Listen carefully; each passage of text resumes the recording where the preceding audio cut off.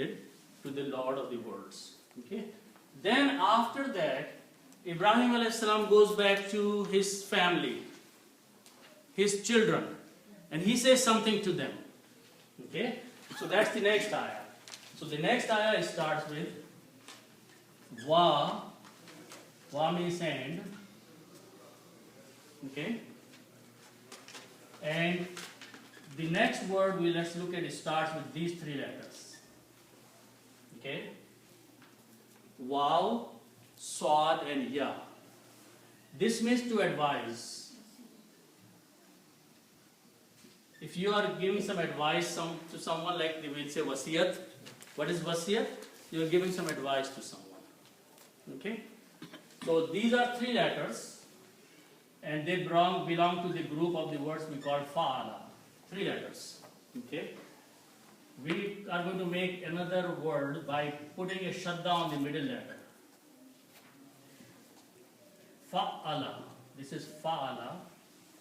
So what we do, the middle letter we put a shadda on. So this will become wassa.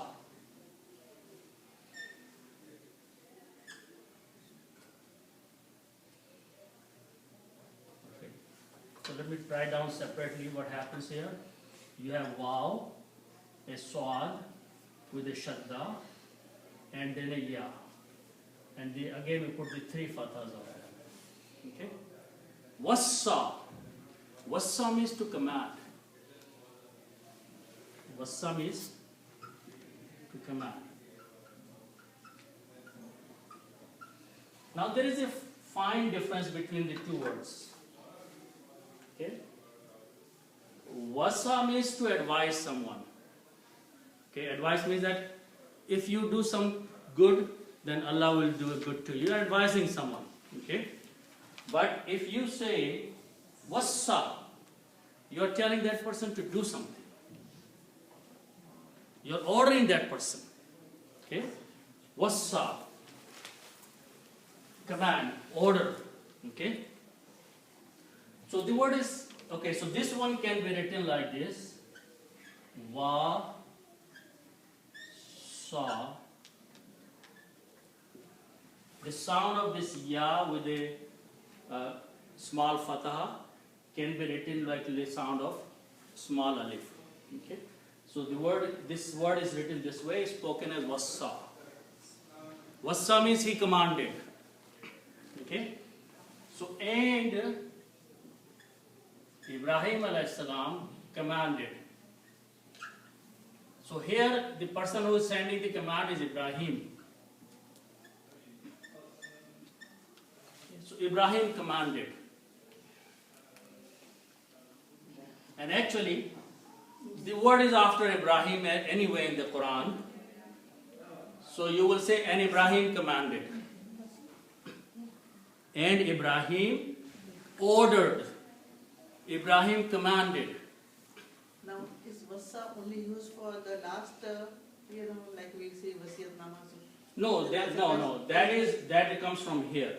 It's always for any advice, or is it only the last advice? Any advice, yeah. Okay. But it has multiple meaning also. It is also used for the last advice. Or wasiyat can be done any time. It doesn't have to be at the last minute. Yeah. Okay. What is wasiyat? You are advising a person when we use in terms of the death, that how his wealth should be distributed. Okay. So that's what. That's advice. That's advice for the person who is dying. You know, he cannot give the command. If the person don't do the wasiyat, so what's gonna be happen? Is that Okay. First of all, the wasiyat that we use or the person is giving, he has very limited right to do it, because his wealth will be divided according to the laws of Sharia. So how much goes to the daughter, how much goes to the son, how much goes to the wife, parents, or whoever. What he can wasiyah do only, that he can say a portion of my wealth should be given to masjid, or a portion of my wealth should be given to a friend who has done a lot of good things to me. Very limited. That is all he can do, the wasiyat. Not for the whole thing. 1/3. 1/3. Okay. He cannot give wasiyat. Don't give anything to my son. He cannot do that. He has no right in the Sharia that he can tell someone, don't give a penny to my son. He doesn't like me, or he doesn't listen to me, or my daughter, or to my wife. He cannot do that. So that's not wasiyat. Okay? Wasiyat is only that some portion of his money he is allocating to some good cause. Okay? If he says give to portion or 1/3 or 1/5 of this to a gambling casino, that's not the wasiyat either. That's against the Sharia. Okay? So that comes from here. Okay? But wassa is something that you are saying, do it. Okay? So Ibrahim alayhi salam went back to his family. Okay? After this conversation with Allah subhanahu wa ta'ala, he goes back to his family. And he says, and he commands them. Okay? The word is biha. What's that? What is it? Okay, so the first word is bi and ha. Okay. Bi means of and ha means it. Okay? So Ibrahim alayhi salam commanded of it. What is it here? He commanded of it. It means the same thing here. Aslim. He is repeating. It means here aslim.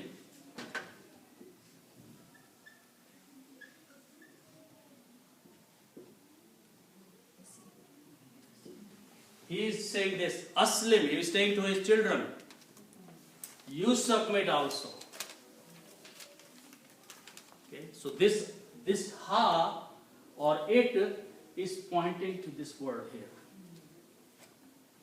So he commanded of it is submission.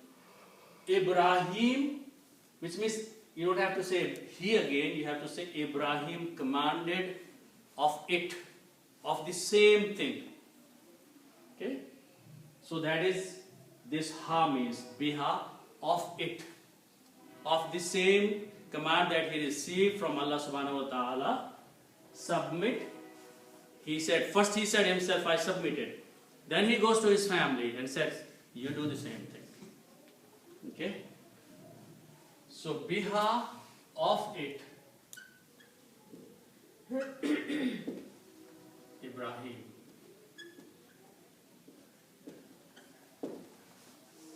Okay, now the rest of the ayah explains who is he talking to. Okay, so first one is Ibn. Ibnun means son. Okay? Ibnun means son.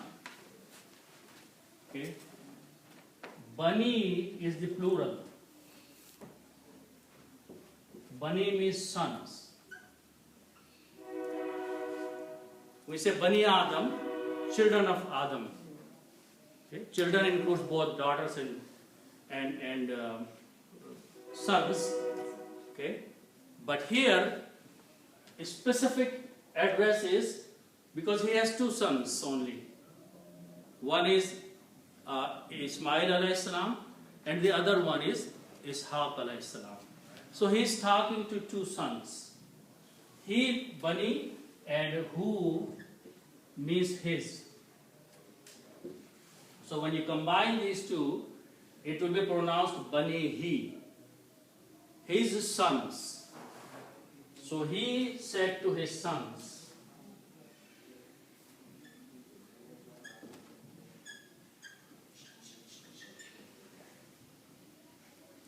okay?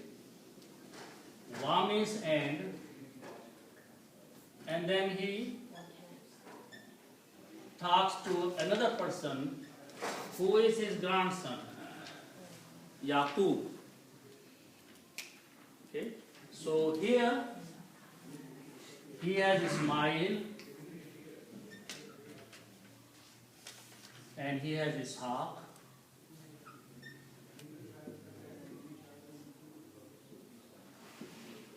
Ismail, and Ishaq's son is Yaqub.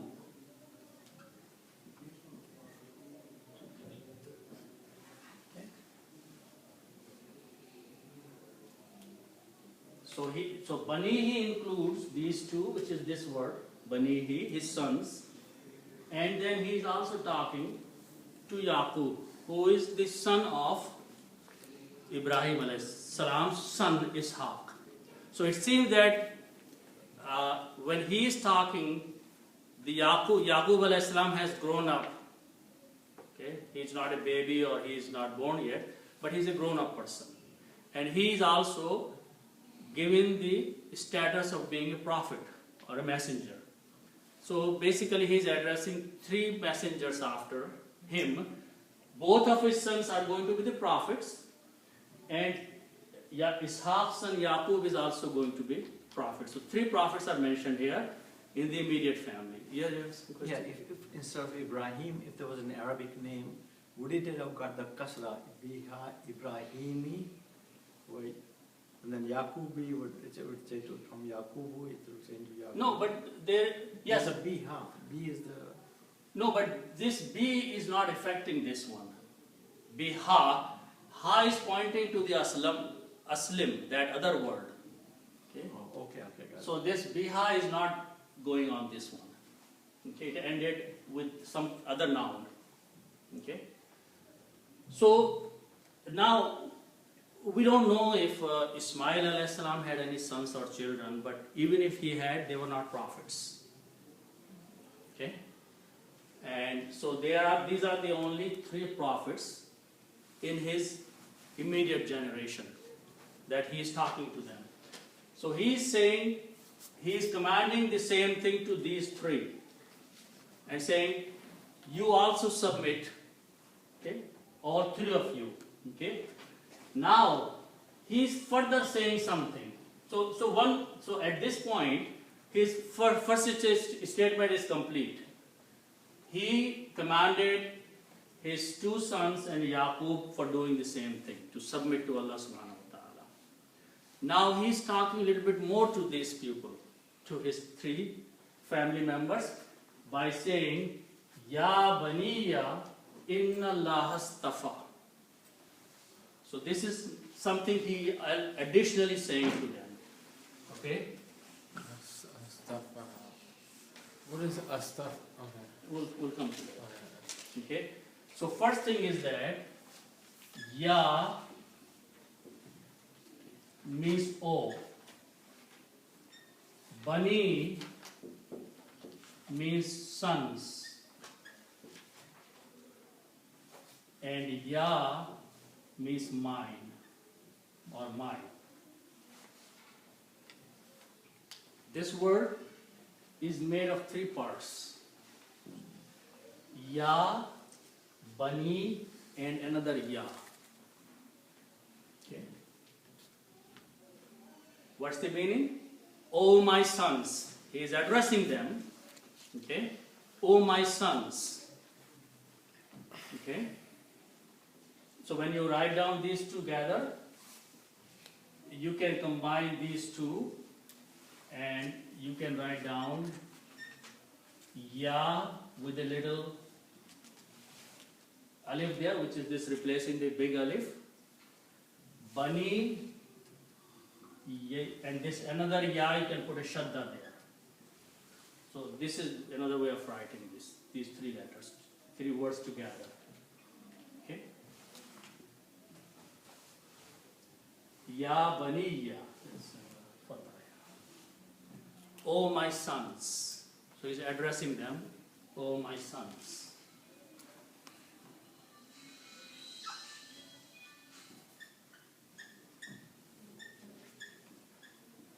Okay. Now, next two words are Inna plus Allahu.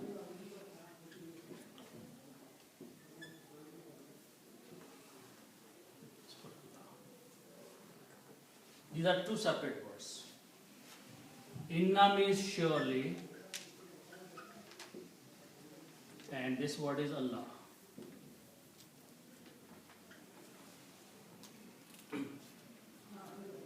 Now, this word inna and anna, they come a lot in the Quran. Okay?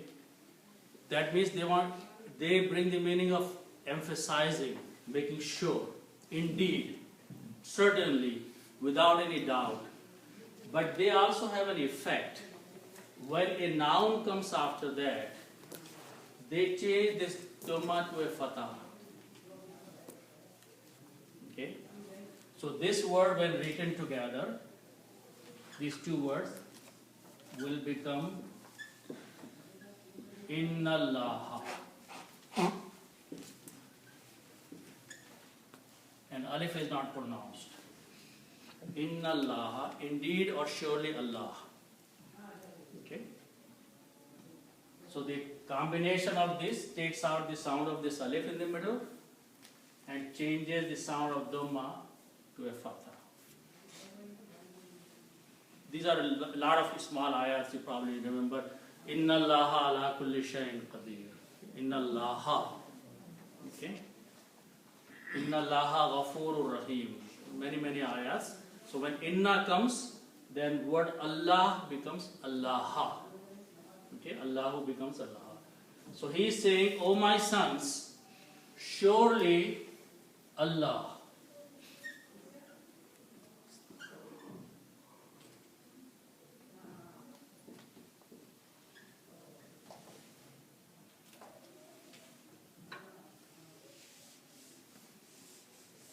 Now, next word is istafa. Okay, so let's look at that word. We have seen this a couple of weeks ago, but the root letters are swad, fa, and ya. This means to clean, and I'm sure people know this word. Saf, safai means to clean something. These are three letters, so they belong to the group of the words which is called fa. Okay? But what we need here is a word where we put a couple extra letters in there. Alif and a ta. Ta should come right into black. Like that. And these three letters I'm going to keep there, fa and na. So if in this simple three letters word, if I add two more letters, alif and ta, okay, so this is, it becomes ifta'ala, okay. This may be a new word for you, but there are words that we use very often. Nazara means to see. Intazara or intizar means to wait. So what's the difference between nazara and intazara? Same thing, you put an alif and a ta. Okay? So those who know Urdu, this is nazara or nazar. Okay? Means to see. Okay? If I put an alif in the beginning and keep noon, za and ra like this, just like, and put a ta in the beginning, in here. So it becomes intazara, which means to wait, intizar. Okay? So in Arabic, some bigger words are made using the three letters. Okay? And the rule is that in one group of words which is called bab, you put an alif in the beginning and a ta after the first letter. Intazara, nazara means to see, intazara means to wait, intizar.